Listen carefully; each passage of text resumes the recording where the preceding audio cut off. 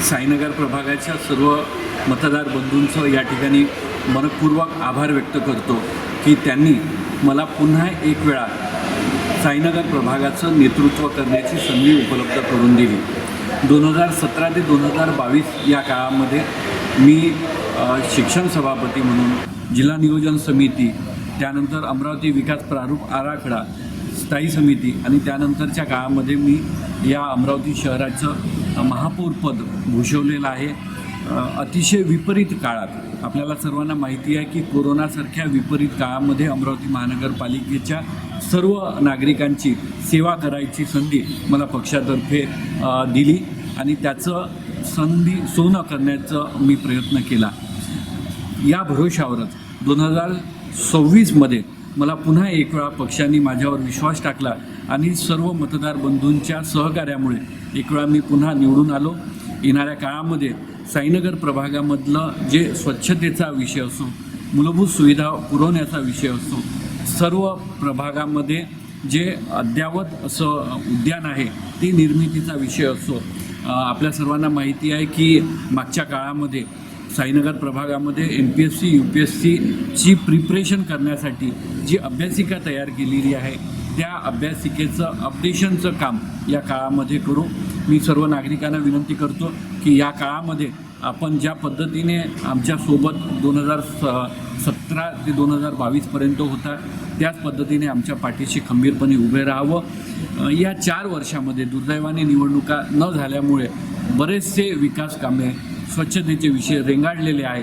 येणाऱ्या काळामध्ये हे विषय आम्ही मार्गी लावू. सुदैवानं यावर्षी केंद्र, राज्य आणि अमरावती महानगरपालिकेमध्ये आपलं सरकार असल्यामुळे जास्तीत जास्त निधी आपल्या प्रभागामध्ये कसा आणू याकडे माझं लक्ष राहणार आहे. अमरावती महानगरपालिका क्षेत्रातील साईनगर प्रभागामध्ये आपलं पोलीस स्टेशन हे मंजूर झालेलं आहे. ते पोलीस स्टेशन प्रभागामध्येच व्हावं या दृष्टीनेही शासन दरबारी प्रयत्नरत राहणार आहे. 2 विषयाची सुरुवात माननीय तुषारभाऊ भारतीय यांनी केलेली आहे. एक तर आपल्या इथे जे क्रीडा संकुल होणार आहे तो एक आणि एक नाट्य संकुलाचा विषय, हे दोन्ही विषय शासन दरबारी पाठपुरावा करून लवकरात लवकर कसं पूर्ण करता येईल याकडे सुद्धा मी लक्ष देईल. आपल्या साईनगरात 2 मुख्य मंदिर आहेत, गजानन महाराज साई मंदिर, तर महिलांच्या नाही एकतर साईनगरचे खूप घटना घडतात.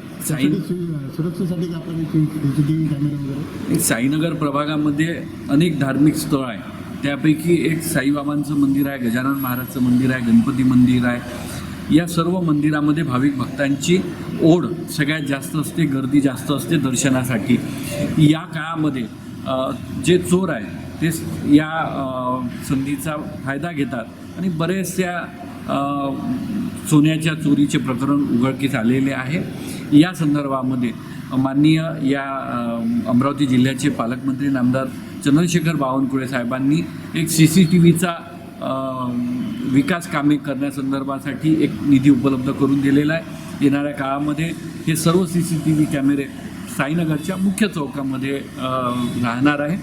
दुसरा, माननीय पालकमंत्र्यांच्या नेतृत्वामध्ये जे विकास कामे सुरू आहे त्यामध्ये रोजगार निर्मितीसाठी त्यांनी बचत गटाला 1 लाख रुपयाचा फिरता निधी उपलब्ध करून दिलेला आहे. या माध्यमातून आपण महिलांना रोजगार उपलब्ध करून देण्यासाठी सुद्धा लक्ष देणार आहेत.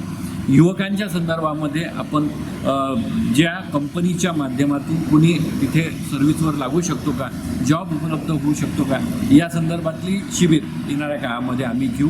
आरोग्याच्या दृष्टीने एक प्राथमिक आरोग्य केंद्र साईनगरमध्ये सुरुवात झालेली आहे.